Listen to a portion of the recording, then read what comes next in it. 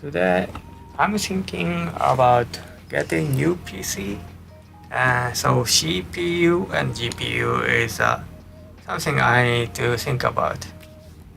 And I'm using Intel now, but I have problem with 14th generation of Intel and it has huge problem, and when I getting ready this stream I got crash on PC and caused so much trouble.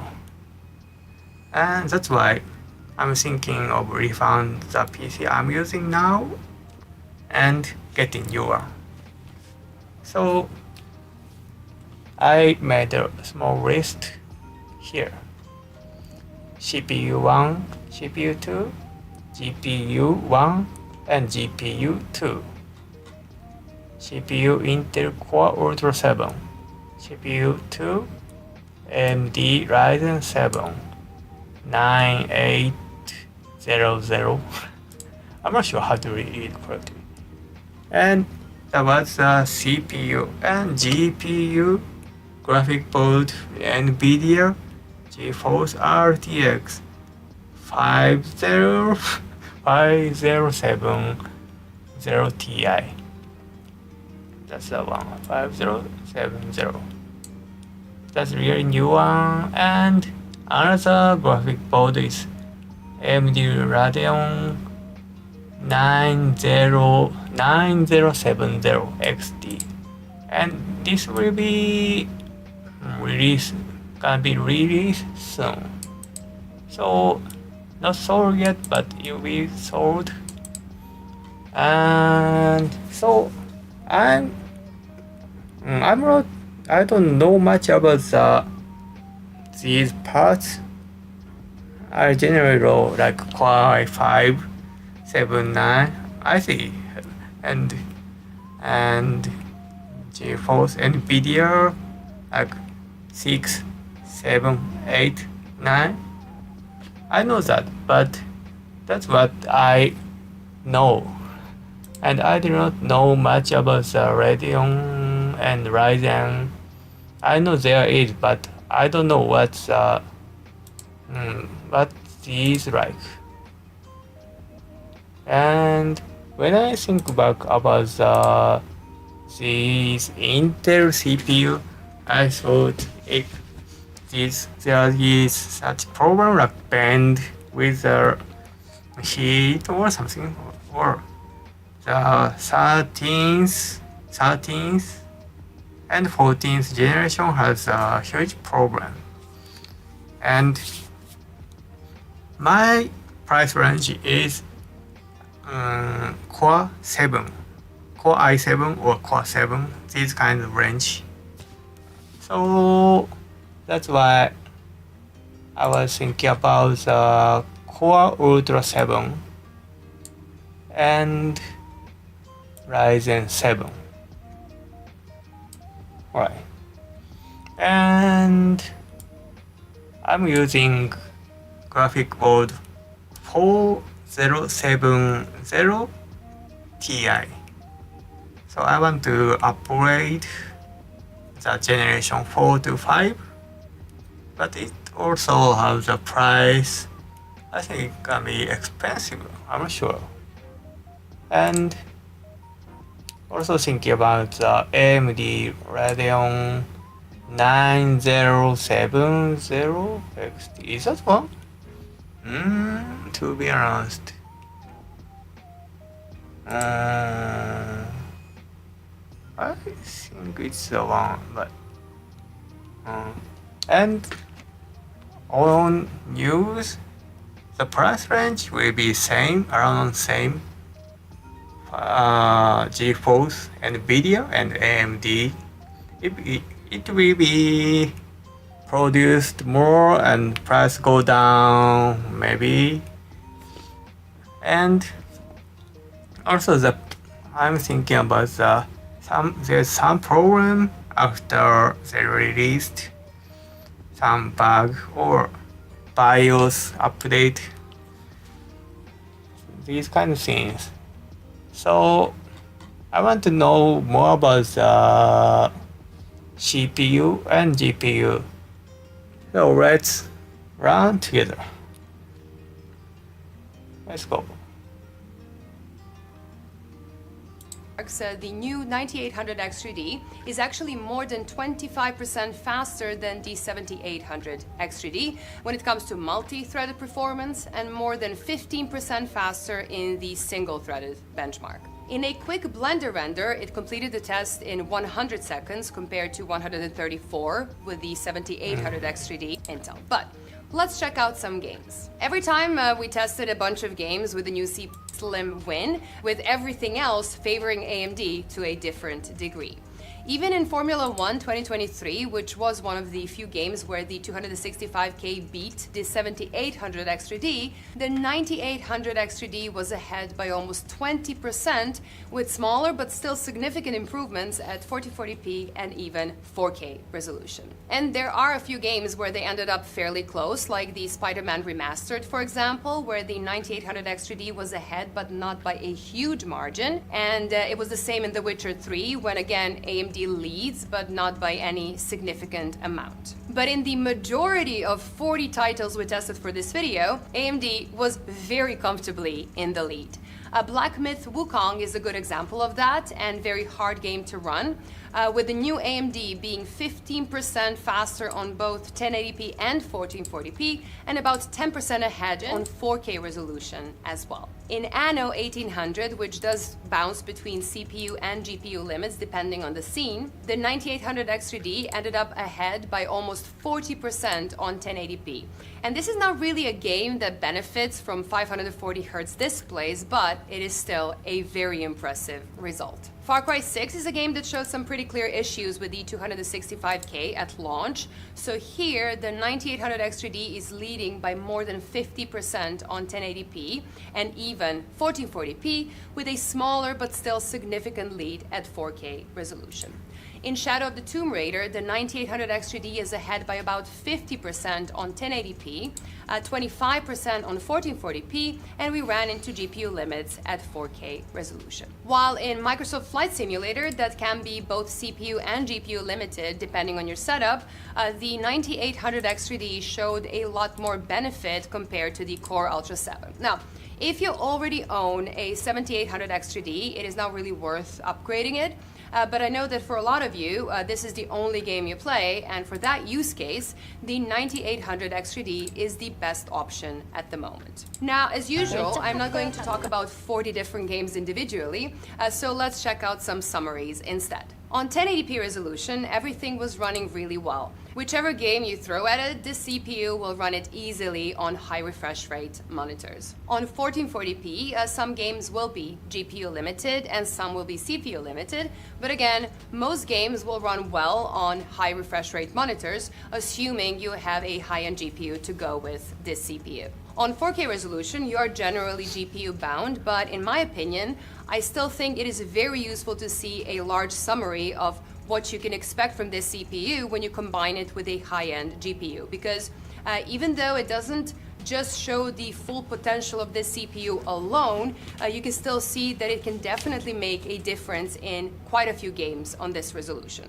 And if we compare it to the 7800X3D, it is clear that the new AMD CPU offers a pretty significant improvement across the board. Now, there are a couple of games where there is no difference between them, and a couple of games with a difference so small that it doesn't really matter which one you're using. But there are also plenty of games where the 9800X3D is very far ahead. On average, we have a gap of about 11%, which is not bad for a generational improvement, and actually more than 8% AMD promised based on their own data. Even on 1440p, when we're slowly running into some GPU bottlenecks here and there are still plenty of games where the new chip is ahead by 10% or more, and sometimes even more than that. And at 4K native resolution, we're now GPU bound in the majority of games, but still, there are a few examples where just changing your CPU can improve the performance by more than just a couple of percent. And do remember that if you're gaming on a 4K monitor and using upscaling, which you probably should, the internal rendering resolution is then 1080p or 1440p. So even with a 4K monitor, you will still experience bigger differences than what this graph will show. Now, if we compare the 9800 X3D gaming data to the Core Ultra 7 200. Yeah, this is a important thing for me. Ryzen 7 9800 versus Core Ultra 7.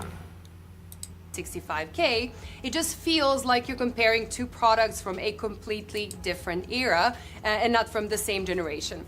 Intel is holding on to that one tiny insignificant win, but AMD is leading by about 25% on average, with plenty of games showing the 9800 X3D ahead by 50% or more. Even at So for gaming, Ryzen 7 9800 has some advantage. Right. At native 1440p, there are still plenty of games where the AMD is ahead by a huge margin, while Intel doesn't even manage to win one single title. On 4K native, we have GPU limits in a lot more titles, so it definitely got a lot closer in some titles. But once again, AMD still has a couple of games with a pretty significant lead. And assuming that you're going to use upscaling for some of the heavier titles, the fact that the Intel can hit similar GPU limits at 4K resolution isn't really much of an excuse. That being said, I do want to point out that Intel did acknowledge that the gaming data we saw at launch and data we are seeing today is not exactly what they expected to see. So they are supposedly working on pushing some updates in November or December to improve gaming performance a little bit. But looking at the gaps today, it is really hard to believe that they will manage to get anywhere close to the gaming performance of this 9800 X3D. Now, that extra performance does come with a significantly higher power consumption than the 7800 X3D had. And if we look at Cyberpunk 2077, which stresses the CPU nicely, the 7800 X3D looks extremely efficient, and it seems like AMD is letting the efficiency drop a bit in order to push some more performance. And with Intel improving their efficiency a lot, the gap is a bit smaller than before. But idle power consumption is still a topic with these new AMD CPUs. Now, if I look at the overall power consumption of my two test benches with a similar motherboard, memory, and peripherals, the Z890 rig used about 43 watts when idle compared to 65 watts for the AMD, with similar differences during light use. So if you're someone who has their PC on all the time and you live somewhere where you pay a lot for your electricity, that difference can really add up.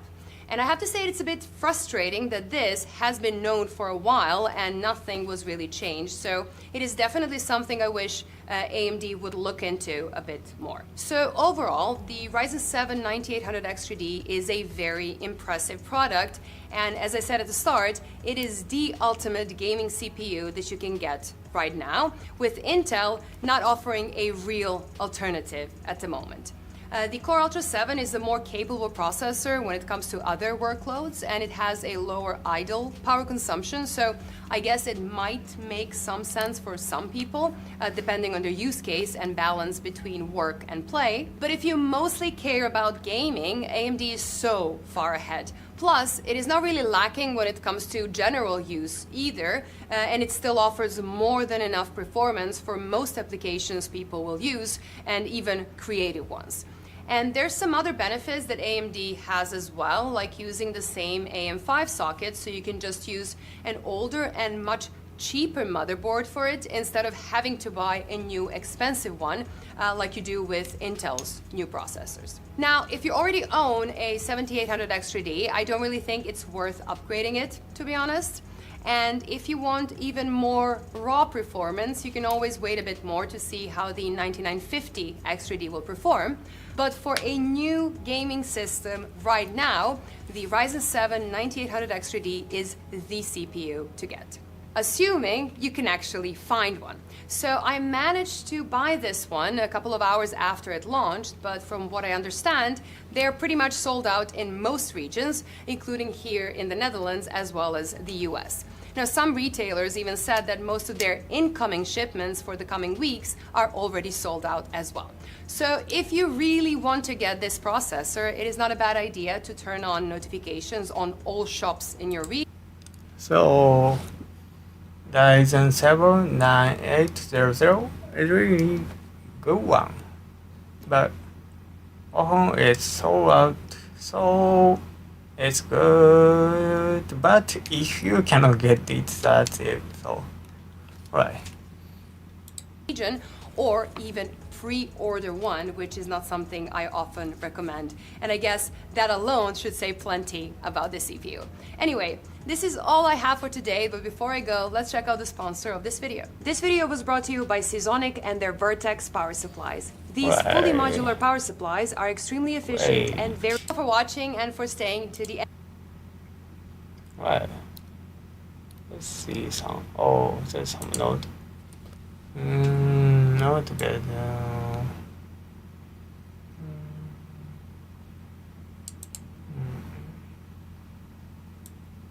Oh, some error on graph.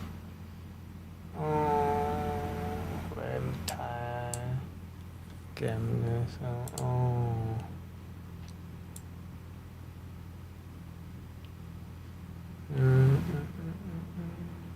So it says that 14th generation Core i7 is faster than Core Ultra, but it has problem. That's a serious problem. That's a thing.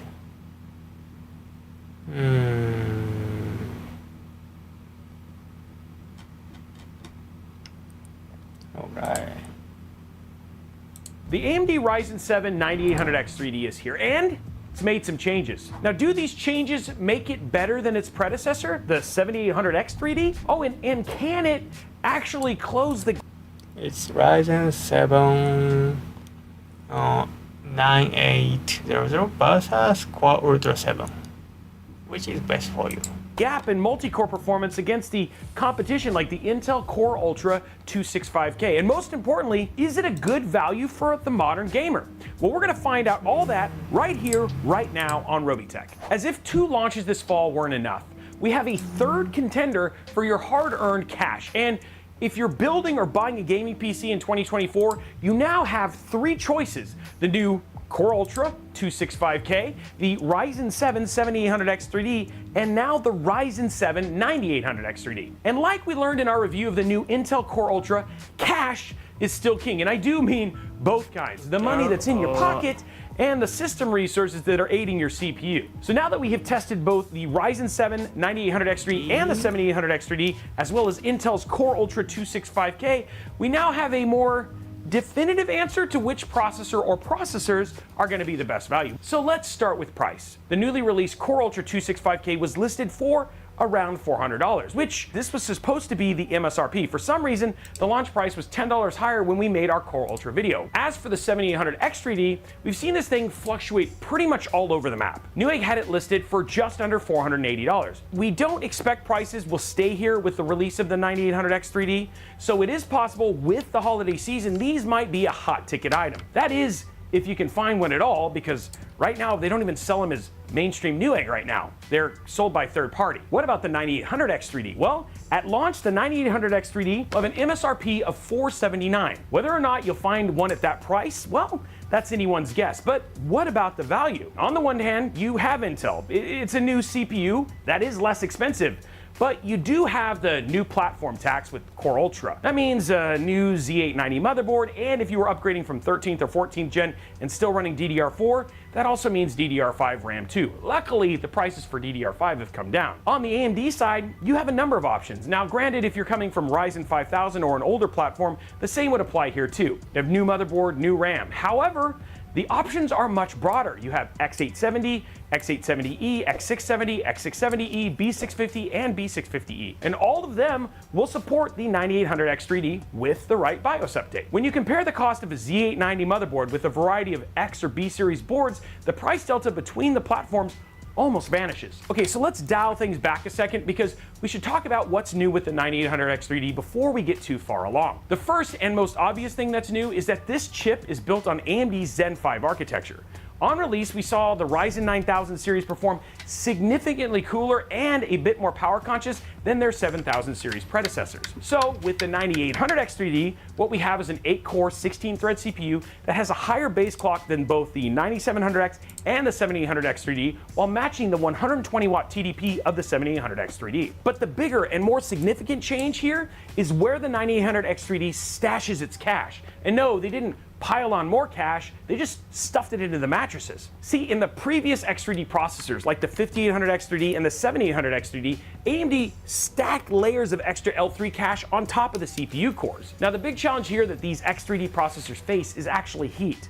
And that awesome 3D V-cache is actually a bit sensitive to heat in general, which means that power levels have to be tempered a bit to keep that heat in check. This resulted in slightly lower clock speeds on the 7800X3D and the 5800X3D than their non-X3D counterparts. It also resulted in comparatively limited multi-core performance and no overclocking. With the 9800X3D, AMD literally turned the design upside down, because now the cache, instead of being up above, is now below the core complex die.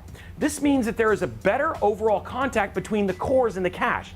Not only that, but the cores are also in more direct contact with the IHS, or integrated heat spreader. In other words, a cooler core can go faster and be driven harder without impacting the cache. So all of that translates into a processor that has a 0.9 gigahertz faster base clock than the 9700X, while only falling 0.3 gigahertz shy of its max boost clock.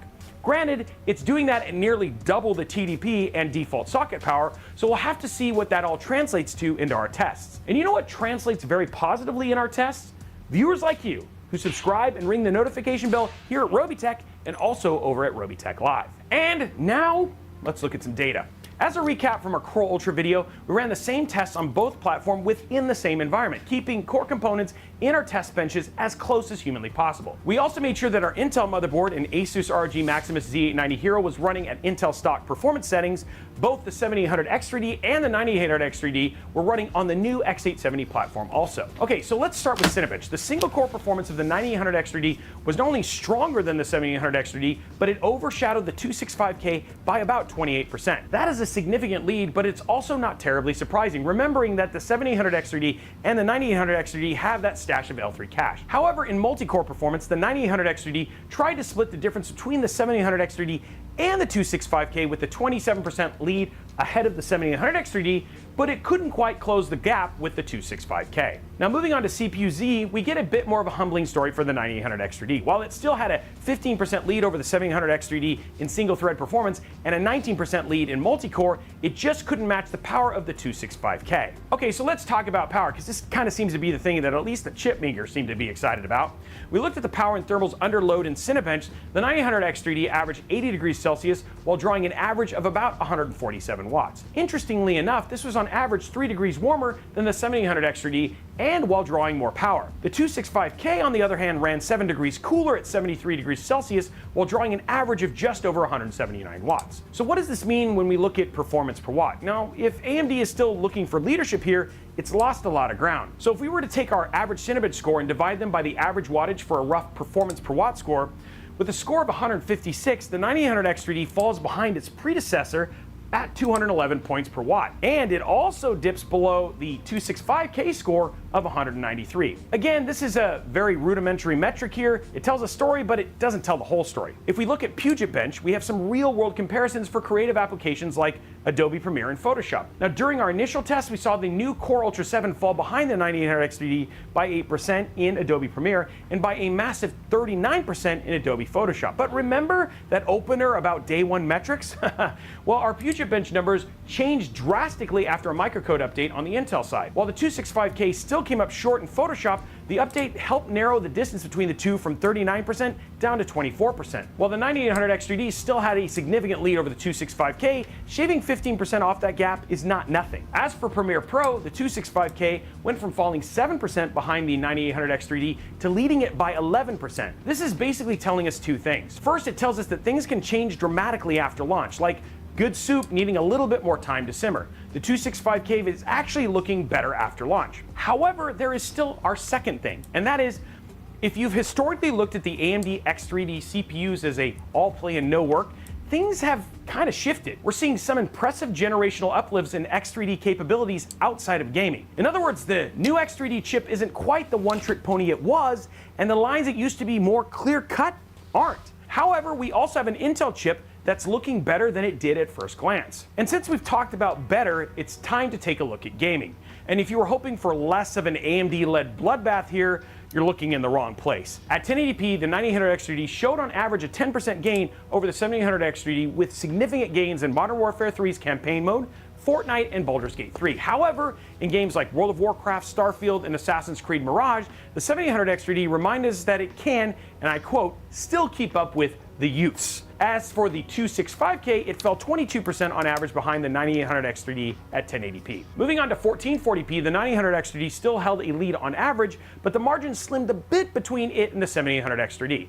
Again, it held significant leads in shooters, but it actually did worse than the 7800 X3D in WoW, Starfield, and Apex Legends. As for the 265K, it fell around 19% behind the 9800 X3D at 1440p. And finally, at 4K, the story takes an unexpected turn. While the margin of difference between the 7800 X3D and the 9800 X3D slims in games like Cyberpunk 2077, Apex Legends, and Fortnite, the 9800 X3D goes absolutely ham in Baldur's Gate 3 and Starfield. Unfortunately, in World of Warcraft, the 9800 X3D just can't hold a Cobalt's candle to the predecessor. So on average, the 9800 X3D was around 9% better than the 7800 X3D, while the 265K fell behind the 9800 X3D by a little under 13% in 4K. Now again, these are day one metrics. We did see some slight improvements with the 265K, but it was still the Steve Rogers in the back alley at the beginning of Captain America. It's scrappy, it's got heart, you can do this all day long, but it's still a blowout for AMD here. Now, it's not as big of a blowout for AMD when it comes to thermals. The 9800 X3D averaged 50 degrees Celsius during gaming, which was 3 degrees warmer than the 265K and a whole 10 degrees cooler than the 7800 X3D. When we look at wattage, the 9800 X3D averaged about 4 watts more than its predecessor, putting it more in line with the Core Ultra 7 at a little under 59 watts. So what did we learn from all this? Well, for starters, we learned that if you play Call of Duty for the story, if you're an Asterion stan and love Baldur's Gate 3, or you're doing the Emperor's work in Space Marine 2, the 9800 X3D, it's probably one of the best hardware upgrades you can make in overall gaming performance, even if you're on Ryzen 7000 series or 14th gen Intel Core processors. But gaming isn't the only place where we're seeing the 9800 X3D flex. In applications like Photoshop and Premiere, the 9800 X3D was more performant than the 7800 X3D. It did take a good swing at the 265K in multi-core applications like Premiere, which is great news if you're a gamer and content creator hoping for better performance than the 7800 X3D had. There is also something to be said here about how much time you're spending recording and editing videos. See, if you're editing it and doing it a lot, that 11% performance difference in Premiere is quite substantial. But we have a situation where the 9800 X3D is 11% better than the 7800 X3D, but the 265K ended up being 11% better than the 9800 X3D. When we start thinking about these gains in relation to time, we start seeing where the 265K and the 9800 X3D start taking two different paths, with one having higher frame rates in games while others saving time in production. While higher frame rates can turn the tides in competitive games, quicker renders can mean getting those play of the game moments online faster. Moving on, we also saw lower temperatures for the 9800 X3D in gaming without a massive jump in wattage. That means that the 9800 X3D can not only find success in SFF builds,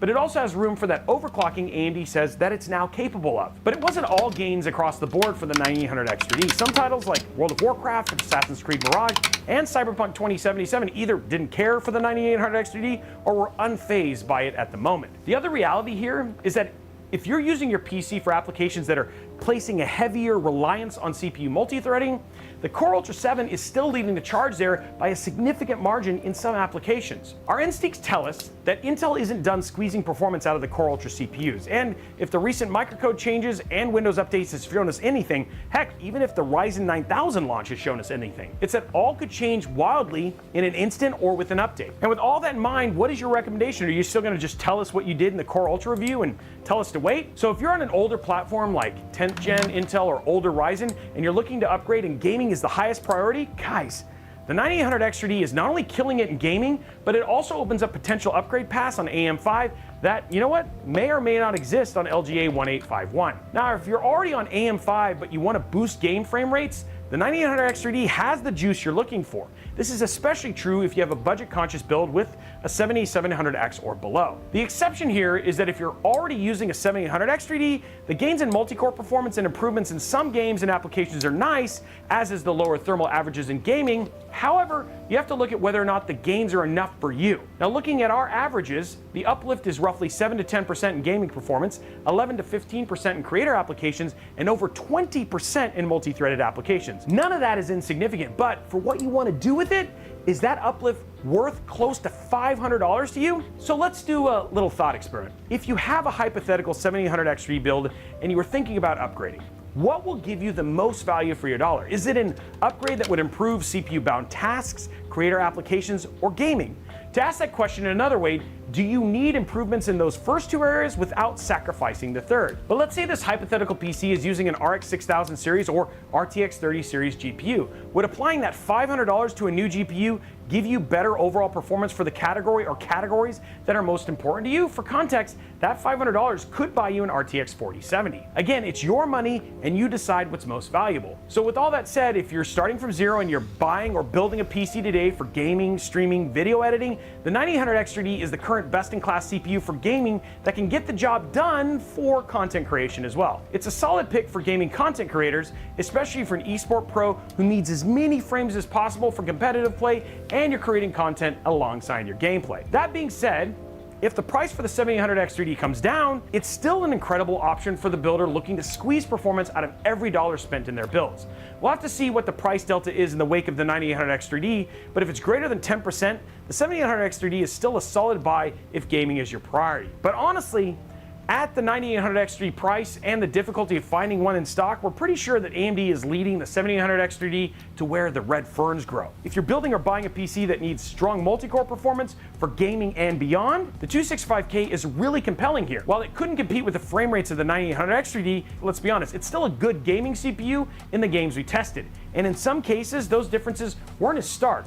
So you have to ask yourself, do those extra frames matter to you? Or will they make a difference in how you play your games? And even though the 265K struggled to keep up with the 9800X 3D, keep in mind that gaming performance doesn't have the potential to win back time like the 265K does in applications like Premiere Pro and other creator-based applications. Again, it's not as clear-cut which processor comes out as an all-around winner. All three of these processors have strengths and weaknesses.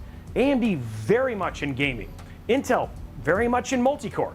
And for these two new additions to the CPU landscape, both have taken significant generational leaps in thermals, and if you want to build small form factor PCs, both the 265K and the 9800X 3D will work, which is a neat plus. As we wrap this up, we just want to remind you of the same thing we say every time there's a new launch like this. There is no one-size-fits-all tech solution. If you want to buy a 9800X 3D and use it for productivity, you absolutely can. It doesn't suck. If you want to game on a 265K, you can do that too. It also doesn't suck. And if you want to keep rocking a 5800X 3D or a 12900K system and you're still happy with it and things are great, that's absolutely awesome and totally okay. Anyway, these have been some of our thoughts and our first impressions of the AMD Ryzen 7 9800X 3D. But we want to know what you think. What do you think of AMD's updates to this generation of X3D chips? Was there something exciting or interesting that stood out to you about the 9800X 3D? And are you thinking about picking one up for your next PC? Something tells me a lot of people are. Let us know all that down in the comments below. Now, while you're down there, why don't you go ahead and slap that subscribe button with that like button and ring that notification bell so that you get a notification each and every time we post videos like this right here on Robotech. Also, if you want to continue the conversation, maybe try and figure out what might be the best solution for you, or even if your solution is totally okay, head over to our Discord server, discord.gg/Robotech. It's an amazing place to meet other tech and PC enthusiasts that are very like-minded and love to talk about these very same things. And you know what? You might just make a friend. Also, make sure you follow us on all the other socials at Robotech, absolutely everywhere. Guys, thank you so much for watching this video. We look forward to seeing you on the next one.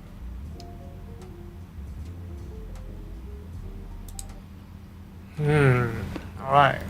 What's your thought? Intel Quad is good at video editing and it's good at multi-core things, so general things Quad Ultra is better, and Ryzen 7 9800 is really good at gaming focus, like frame rate. So if it has same price, my use is not only for gaming, so Core Ultra will be good for my use. But it depends on how much CPU is distributed on store and maybe other model and price down kind of things. So the price is not decided in one, but I'm thinking of Core Ultra is really good. But I still thinking the Intel has so much problem for generations of CPU. So I'm really scared about this. Intel finally released fixes for the new Core Ultra processors, so is the 285K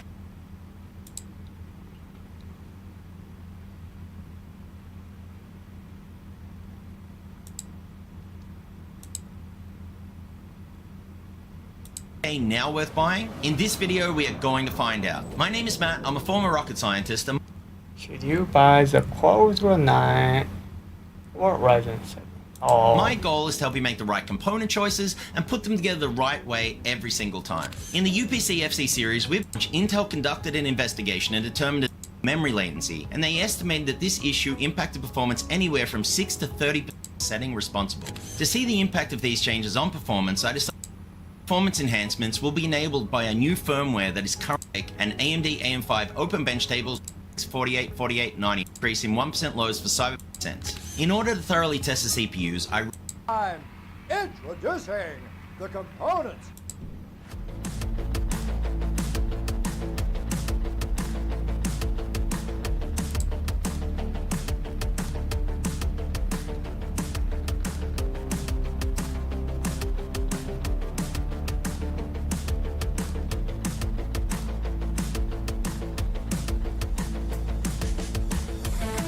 enhanced memory overclocking, I was able to use a kit of DDR5 9000 CUDIM RAM in Gear 2. However, the motherboard that I used to test the CUDIM kit did a decent job. In Intel Extreme Tuning Utility, or XTU. I like this tool because you can rapidly make changes directly in Windows, thereby avoiding having to reboot into BIOS every time you make a change. When you go to the Intel XTU download page, make sure you download version 10.x or later, which supports the new Intel Core Ultra processors. Intel, for some unknown reason, decided to list it second on the download page to make things just a little more confusing. When you first load XTU, you will be presented with the basic view. I would recommend starting with your efficient cores for Arrow Lake CPUs. Based on my testing, I've found that increasing the E-core frequency will give you a relatively large increase in performance. You can use the built-in benchmark to baseline your system, however, I've found it to give somewhat inconsistent results with each run, so if you do plan to use it, I recommend running it 3 times and taking an average. You can then increase the ratio by 1x and rerun the benchmark.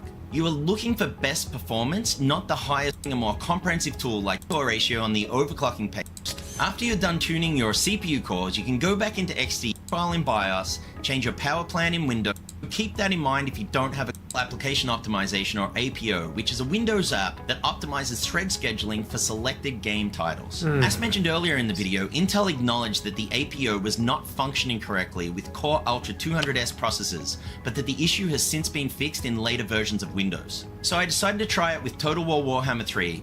Install high-speed RAM, turn XMP on, and adjust memory sub-timings. 2. Overclock performance and efficient cores. 3. Overclock ring ratio, the largest increases in high bandwidth support on. 2. Undervolted with a negative all-core curve offset. 3. Increase the PBO limits and set a platform thermal throttle, ultimate performance, and turn memory integrity off. A comprehensive step-by-step guide for how to implement all of these tweaks is contained in my recent How to Tweak an AMD AM5 Ryzen CPU test. In this video, we pitted 2 top CPUs against each other in the PC Octagon to see who will emerge victorious, with the Intel Core Ultra 9 285K in the blue corner, taking on the current king of gaming, the AMD Ryzen 7 9800X3D in the red corner. The round-by-round results show a decisive victory for the 9800X3D, with 10 wins, 4 losses, and 4 draws across 18 hard-fought rounds. When you look at the performance across 17 games, you see that the 285K loses the 1% low battle, especially at lower resolutions and game settings, where games are more heavily CPU bound. As the games become more GPU bound, however,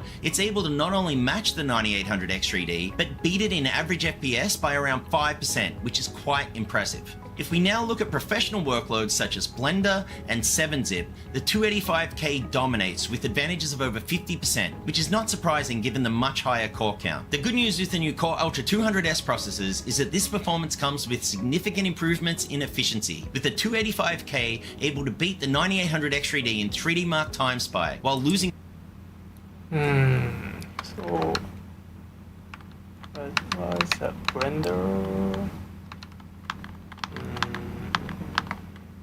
CPU power efficiency.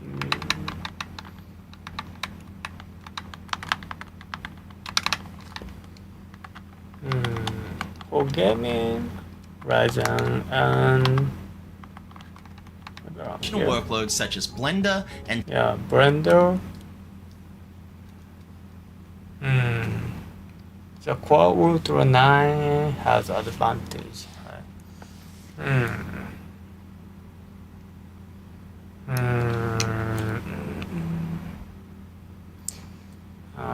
I'm still thinking, which is good. So maybe specific for gaming, Ryzen 7 is good.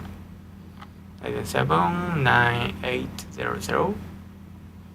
But the other use in general, Core Ultra 9 is better. And also, I think it's Core Ultra 7 is better than Ryzen 7 9800. approximately $120 more than the 9800X3D at the time of filming this video. If you now add the cost of the RAM as well, then the 285K DDR5 9000 combo is around $300 or 46% more expensive than the 9800X3D DDR5. So after Ryzen 9 new one is released, it will be compared Ryzen 9, Core Ultra 9. I think that's the thing. It's the price is different, Ryzen 7 and Core Ultra 9. 8000 combo. If you convert that into gaming value or FPS per dollar at 1080p, then the 9800X3D provides a knockout blow by offering over 60% better value in gaming when compared to the 285K, which is obviously not great for Intel. With that said, these results do offer up some interesting choices. On the one hand, if you're building a new gaming focused system and you want the very best, then based on these results, I would recommend buying a 9800X3D if you can find it. It's a So for gaming, Ryzen is really good.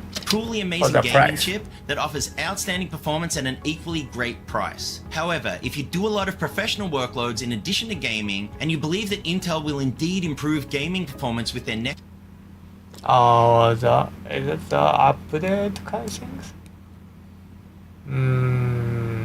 Cinebench, Blender, gaming, power efficiency.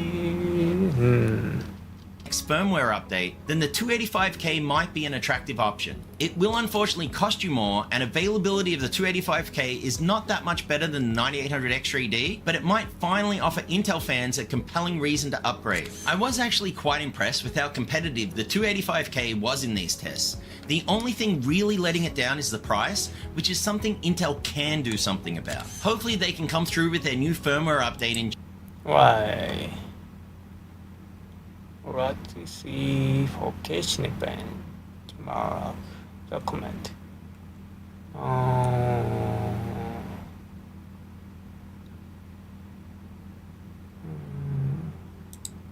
Why? There was some short one.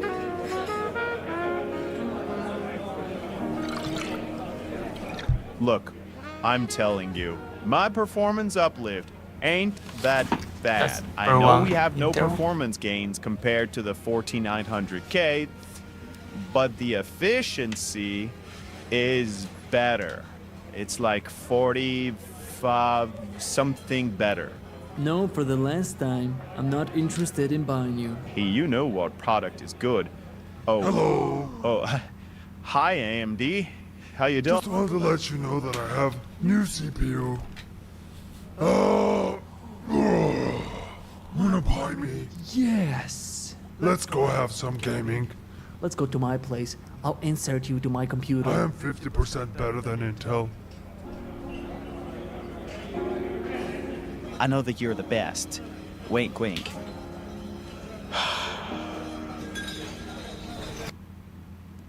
Yeah, I feel the same.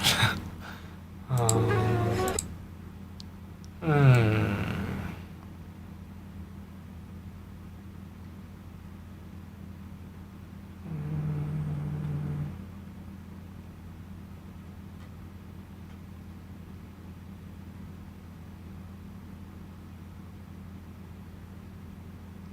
Oh, this will be the next new CPU, right?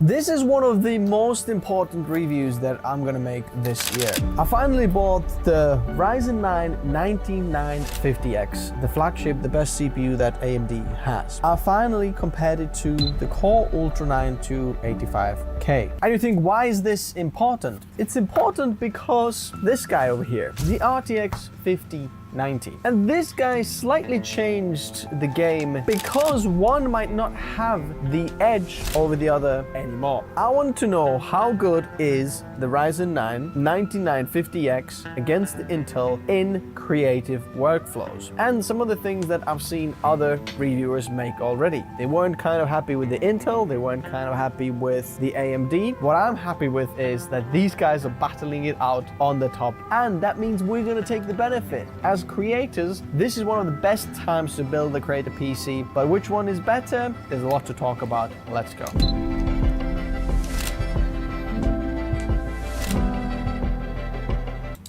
Go check out our full overview in the video description focusing on the AMD. If you want to see the Intel side, go check out the 285K review. We're focusing on AMD here. So in terms of core count, nothing has changed. In terms of clock speeds, Mac turbo frequency, nothing's changed either. Both of the 9950X and 7950X boosts to the same level. The base frequency though has gone down on the AMD to 4.3 from 4.5. And this is one of the things that AMD is trying to do to make it more efficient. Intel actually tried to do the same thing. Remember 4900K pulling power, and now 285K more efficient at the same power draw. That is good news actually, because now we're not just cranking the performance up, putting bigger turbos on these chips, cracking some more nitrous on it, making the cylinders bigger, putting more boost. No, not really. We're trying to evolve, we're trying to make it a little bit more clever. Now it's still hyper-threading on it, so it's got big performance cores with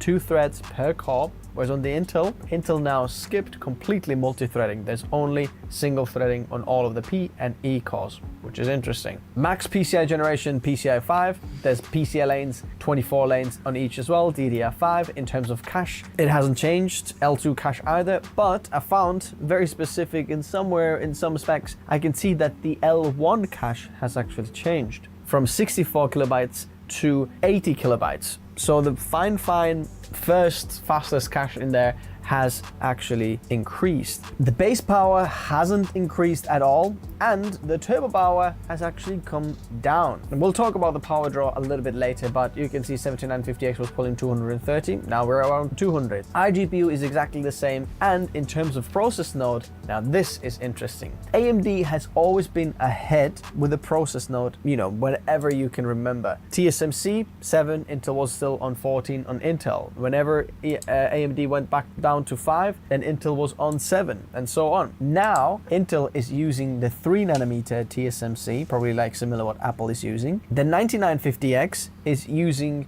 4nm TSMC node. So Intel now is ahead in terms of the process node. Pricing though, this is where things get very messy and very interesting. These prices are at the point of me making the video, 31st of January, and whenever you're watching the video, please let me know in the comment section below what it costs in your local store right now. What's the most expensive one? And by the time you're watching this, the prices might have changed, so I highly recommend checking out the latest pricing in the video description.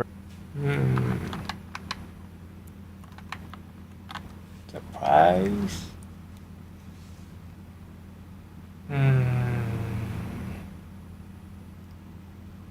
Oh. cost in your local store right now? What's the most expensive? 9950. Is Core i9, right? It's the same price. One, and by the time you're watching this, the prices might have changed, so I highly recommend checking out the latest pricing in the video description below. The 285K is the most expensive CPU in here. The 9950X is actually slightly cheaper, $20 cheaper. The 7950X is a little bit cheaper, under $500, and then the 14900K is $433. After the benchmarks, we're going to come back to the pricing, but what makes it a little bit of a mixed bag is when we look at the motherboards. I was looking at the motherboard Z890 versus X870 on AMD this way, and I saw that AMD's motherboards are always a little bit more expensive than Intel's Z890. So if we count the motherboard price difference into the mix of the CPU, we're kinda at the same ballpark now. I think AMD probably lowered their prices because they knew that the motherboards are more expensive. They're very, very similar. We're talking about $10, $20 the same price. So we really have to know now which one is better because they kind of cost the same. In terms of the test bench setup, on AMD I'm using the ProWatt X870E creative Wi-Fi.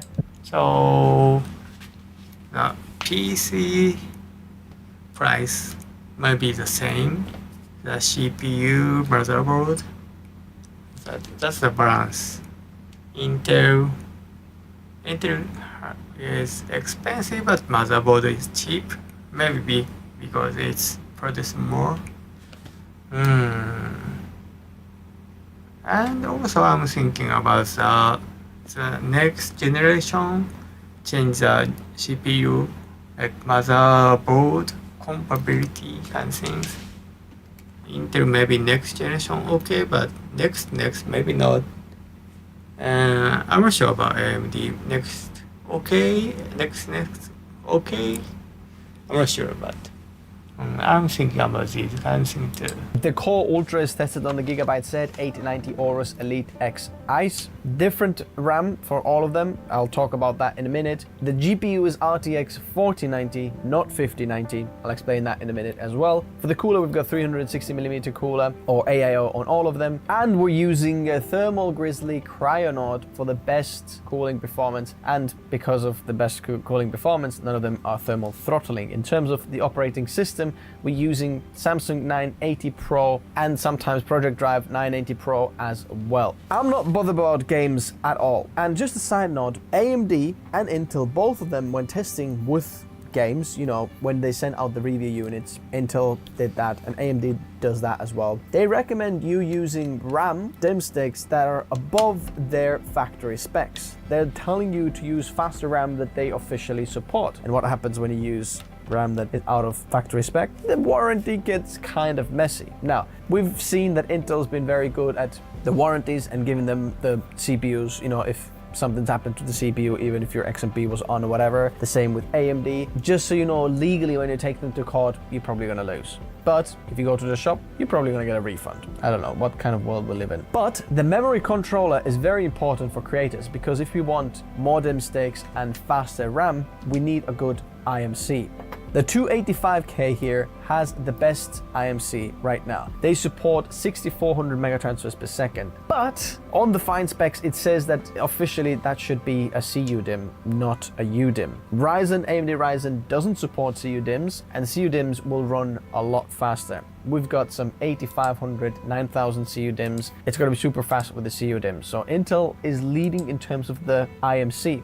If you look at the 9950X, official spec is 5600 megatransfers per second if you have 2 DIMMs. If you have 4 DIMM sticks, then the official goes down to 3600, which is very, very low. It's kind of like DDR4 speeds, which is embarrassing. All of this is kind of factory spec. If you're getting yourself your own one, like we just built ourselves Core Ultra system in there with an RTX 4090 from Zotac. We're using 64 mega transfers per second RAM, and this is not a CU DIMM. It's 96 gigabytes from Kingston Fury. No problem at all. It's solid as. And when you are building yourself the best bang for buck creator PC, which you can find the build guides in the video description below. Get as fast RAM as you want. If it doesn't work, it's unstable, just tune it down a little bit, you can go for it. But if you want the ultimate stability and no worries in mind and no blue screens of death, the safest bet to go. Oh, that's the thing. Stability and no. This sad blue screen. That's the thing I always don't want. Worries in mind and no blue screens of death, the safest bet to go with is the factory spec, which you can see over there. I'm pretty confident in saying that the Core Ultra 285K can run 6400 megatransfers per second as well, even without CU DIMMs, if you run dual channel and single DIMM per channel. Now we've got two generations of the best of Intel and AMD. 7950X, 9950X, 285K and 14900K. Just if you didn't know, you're watching this video and you're like, what the heck is 285K and 14900K? Where's 15900K? Intel changed the naming game. They started again. The new Core Ultra, which you can see over here, this is 285K, not 15900K, but in essence, in terms of naming, it slots into the 15900K. Cinebench R25, the 285K is about 8.8% faster in the single core score and about 12.3% faster in the multi-core score. Interestingly, if you look at the max turbo frequency of a single core performance, both of the CPUs have exactly the same clock speeds. So looks like Intel's getting better IPC, instructions per clock, which means that it can just carry more data, get more stuff done at the same speed, which probably is an architectural difference. Well, it really is. The 7950X is about 5% slower in the multi-core score and about 11.8% slower in the single core score. So as you can see, same clock speeds. We've gone down in transistor size a little bit. We've changed the architecture. We're getting better performance. In terms of 14900K, it's actually still a little bit faster in the single core score, about 15% slower in the multi-core score. Looking at Geekbench 6, things are a little bit more skewed. The 285K is about 3.4% slower in the single core score and only about 8.6% faster in the multi-core score. The 7950X is about 11% slower in the single core and about 8.6% slower in the multi-core score, so kind of the same as in Cinebench. 14900K, 5.6% slower in the single core score and about 2.4% faster in multi-core score. How is 14900K faster in multi-core score than the 9950X? Your guess is as good as mine. Looking at the iGPU here, the 285K has a lot more powerful iGPU inside. The Intel Arc GPU, whatever they want to call it in there, is a lot faster, as you can see here, multiple times faster, over 3 times faster. Looking at Photoshop here, and oh my goodness, is Team Blue getting an absolute obliteration. Interestingly, a few years ago it was completely the other way. AMD is so much better in Photoshop. 21% slower in overall score, up to 24% slower in the filter score compared to 2.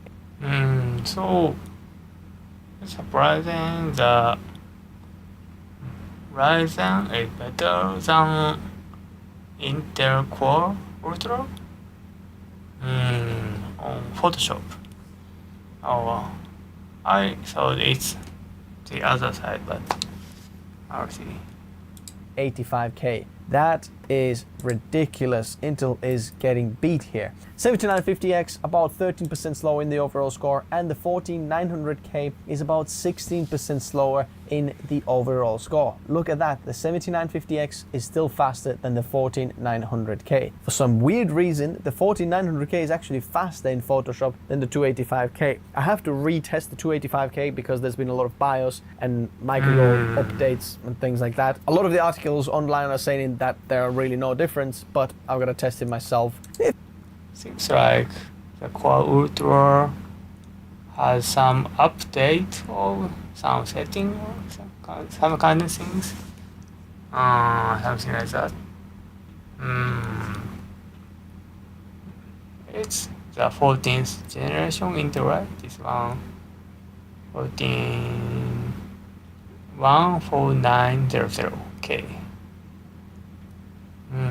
And Core Ultra is 285K. If you want to see that, the subscribe button is your good friend. Moving on to Lightroom Classic, and here we can see that the 285K is actually 5% faster than the 9950X.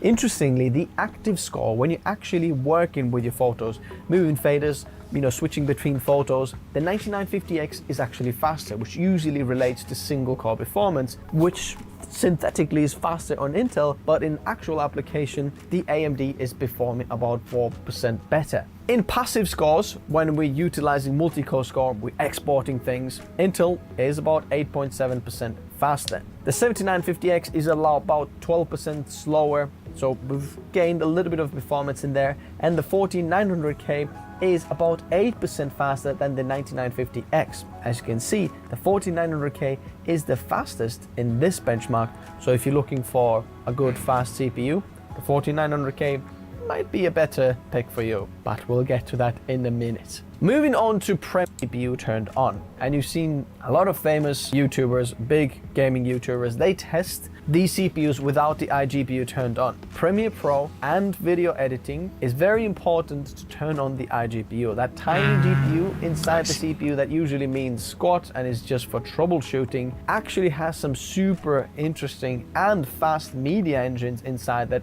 accelerates your media playback, especially when you're working with H.264 and 5. And Intel calls it Intel QuickSync, which you can apply in Premiere Pro and DaVinci Resolve. I'm testing it with RTX 4090, and at this point, because the 50 series support that we have in here that I said in the intro, Premiere Pro still doesn't actually support. So I can't fully utilize all of these media engines, and there's no point in testing it with the 5090 for now. We have to wait for Adobe to update it, then things get even more interesting. So this here is both of them iGPU on, dedicated GPU RTX 4090, and let's take a look at these results then. The 285K is 9 to 13% faster in the extended and standard overall scores. I did not expect that. I expected finally AMD to be better, but I have to retest that, like I mentioned, because when we put both of these on with an RTX 5090, when we have the same media engines, and then CPU is kind of the one that makes the difference. CPU core, CPU performance is the one that matters then, and when Premiere Pro finally can utilize that, then we're gonna see a little bit of a difference. But right now, at this point, when you're buying this, and when I'm buying this, that's what we're seeing. If you have a 50 series, it might skew the result a little bit. And you can see that with long GOP scores. AMD is not far behind, only 15.8% faster is the 285K. When we have the RTX 5090, we'll have to see how this is going to perform, because if we turn the 285K iGPU off, then AMD is going to win. But the question now is, how well does Premiere Pro utilize the codecs? Is it going to use Intel QuickSync, or is it going to use the NVIDIA media engines? Generally, everything is slightly faster on the Intel, apart from the long GOP scores where the Intel QuickSync clips in, and we're about 15 to 23% roughly faster in there. Interestingly, raw standard score is a lot faster on the 285K compared to the 9950X. I would have assumed that 16p performance cores with multi-threading has a lot more power in there, but hey, what do I know? The 7950X is about 4.3 to 4.9% slower, so we've gained roughly about 5 up to 9% between the generations. The 14900K is actually 5 to 6.6% faster in the extended and standard overall scores compared to the 9950X. Wait a second, the 14900K is still faster, and the 14900K is 55K? Maybe not. Can it tell 10? No. The 9950, wait for the 119950X, whatever the next generation is going to be. AMD is probably going to have to start again. They will. Probably will. I'll give it till the end of the year, and then you'll get something like AI Max Chips Pro Ultra AMD Ryzen Threadripper Pro Max, something like that it will be called, most likely, because they're naming. Honestly, you need very certain, less than 10%. In some cases, yes, AMD have ironed out their quirks. We can update the BIOS, have to do this test.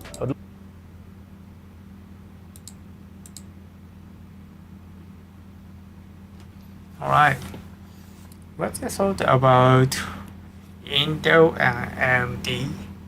Which is your choice? Please write on the comment. I'm still thinking, and I need to decide. Right, write on the comment.